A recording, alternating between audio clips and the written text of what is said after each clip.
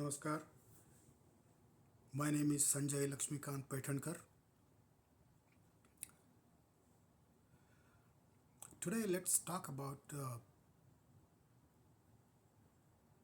US Senator, a US Senator, Ben Cardin, right? Yeah. A senator from Maryland, 80-year-old man, the stress being on 80, 80. A few days ago, during a hearing of US Foreign Relations Committee, whatever that is, expressed his concern, his sadness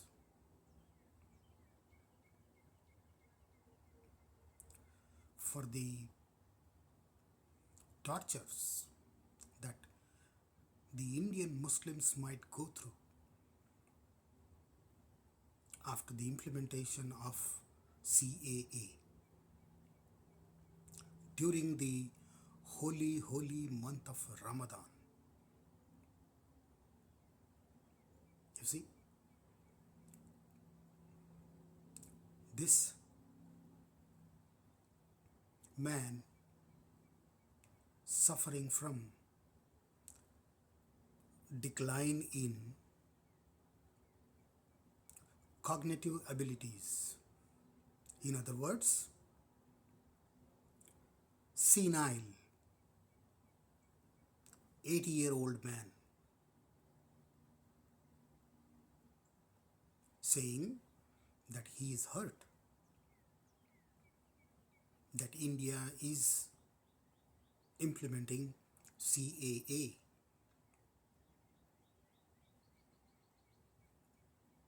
And just so that Muslims of India should feel taunted, this law is coming into force during the month of Ramadan. Think about this idiot's wokeness, this old man's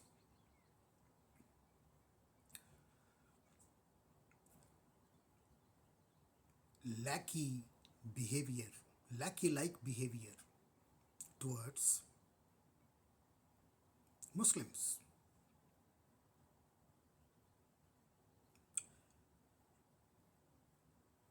If you read the law, which is not a big hassle, even the people that do not like reading, it is a 2-page law,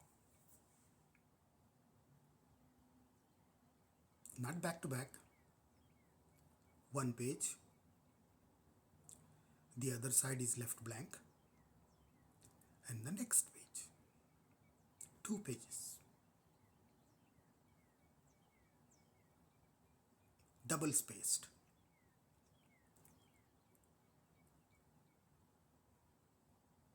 When you have a desire to read the law, it simply says the minorities that go through torture, pillage, plunder, rape, relentlessly in 3 Islamic countries of the subcontinent, Pakistan, Afghanistan, and Bangladesh. Those minorities who arrived on Indian shores prior to 2014 will be granted citizenship of India in a way that some call expediting the process. Instead of 11 years of naturalization, it is 5 years now. Just this group. Citizenship Granting Process is CAA, not taunting Muslims, not taking away their passports and burning them, but the illiteracy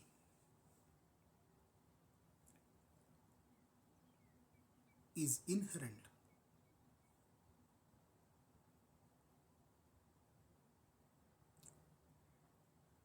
everywhere because Muslims of India cry horse. They want attention. They want attention for this so-called victimization.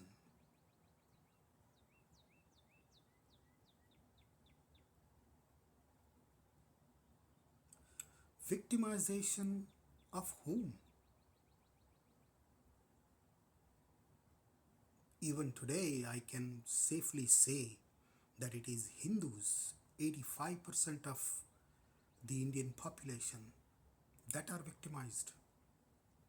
One small concession and the entire world and the so-called educated world, the western side of the world, says during the holy month of Ramadan, Muslims are being taunted. 236 petitions against CAA in Supreme Court.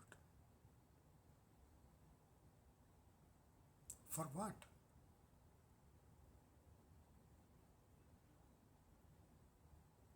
To let the rapes continue?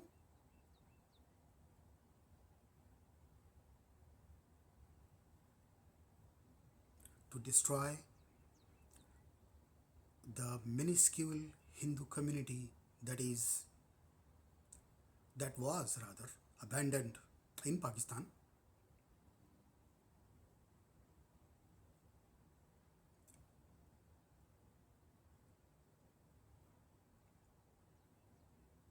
The hatefulness that has descended into their lives by the actions of these Muslim marauders should be perennial. Hindus must suffer. That is the gist of all these 236 petitions in the Supreme Court, which did not allow a stay. But it has said that central government needs to answer some questions within 3 weeks.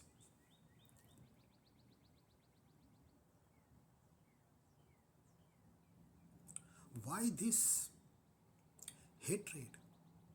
If I may add, visceral hatred to anything the Hindus get. Shaheen Bagh was perpetrated upon us by the people that spread this canard, that said, hey, if this law is implemented, Muslims will lose Indian citizenship. I would like to ask,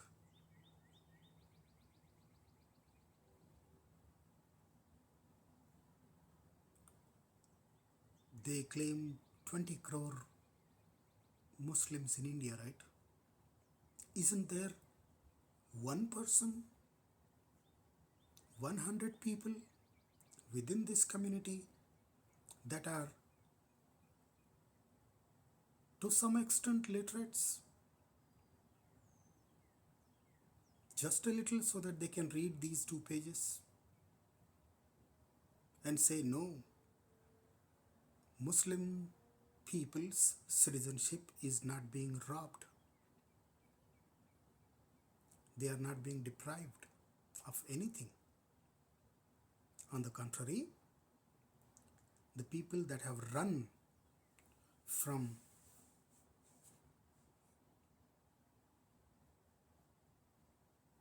Islamic jihad of these three countries, that need to be accommodated.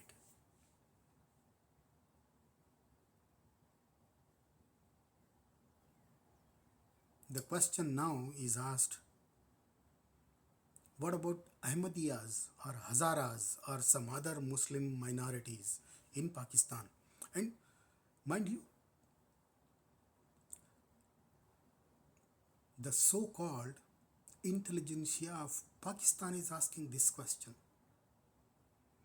Why is Indian CAA law not accommodative of the Muslims within Pakistan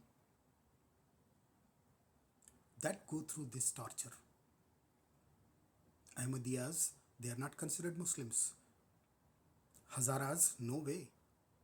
And some other people, even Shias are not considered Muslims by the Sunni majority Pakistan, Afghanistan and Bangladesh.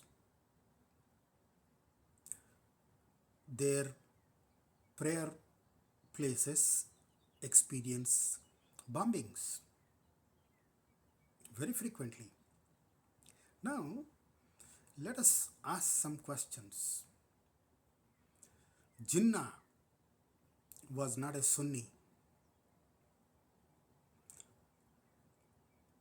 The man behind the Pakistan bomb, the so-called Islamic nuclear bomb, besides the Bhopal guy, was Abdus Salam. He was Ahmadiyya.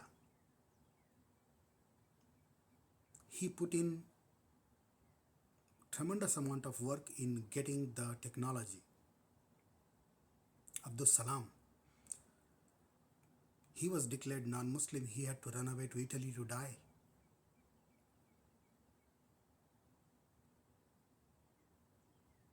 Okay. But these people, these very people that form a minority within the Muslim Islamic jihadi community, these people were instrumental in persuading Indian Muslims into demanding a separate nation for themselves. Lots of Shias were involved. Lots of Ahmadiyas were involved. Parsis had taken a neutral stand. CAA talks about bringing Parsis also to India. But Pakistani Parsis are the people that were in today's Pakistan before 1947. They had taken a quite surprising stand, and that was, we are not going to talk about this. We are not going to be part of either Hindus or Muslims or their own ways of carving this land into 2-3 different countries. We are talking about them also. We would like them to come to India, or whoever are here would be granted citizenship. So these so-called minorities within Muslim communities who are being supported in the intelligentsia's voice of Pakistan, that CAA must include them also.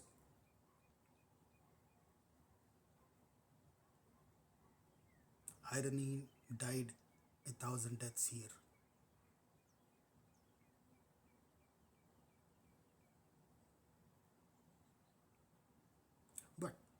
Let us talk about the 236 petitions against implementation of the CAA.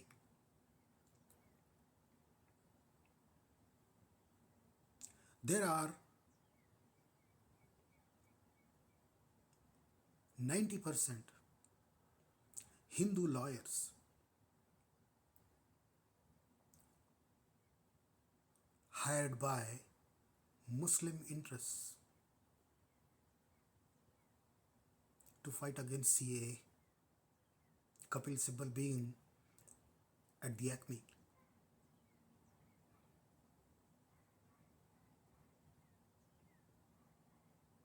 Is money the only criterion to fight this case? Kapil is Kapil Mahamuni. It is a Hindu name, isn't it? You are fighting those desperate, poor, discarded people in the Supreme Court, that their penury, their poverty must continue.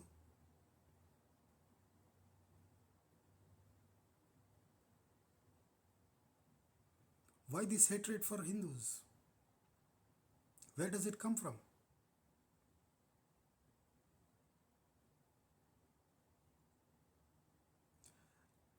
I will not understand this. Is this not the Mulayam mentality that ordered indiscriminate firing on Ram Bhakt that had assembled in Ayodhya in October 1990? These are the same people.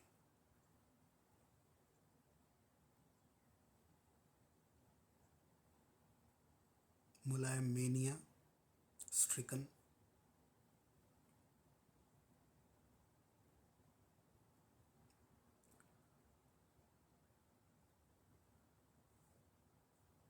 There is not much further to say except Hindus need to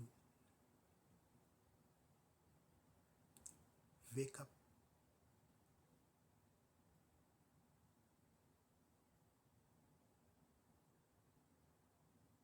This election next month, I would urge, request, supplicate, entreat every Hindu to vote for BJP so that Narendra Modi gets beyond 400 seats in the Lok Sabha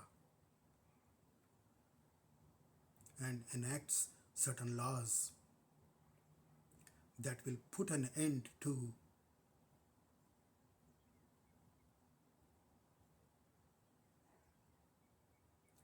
one belief among Muslims that one Muslim can destroy a crowd of 10 Hindus. Let us get rid of this fear.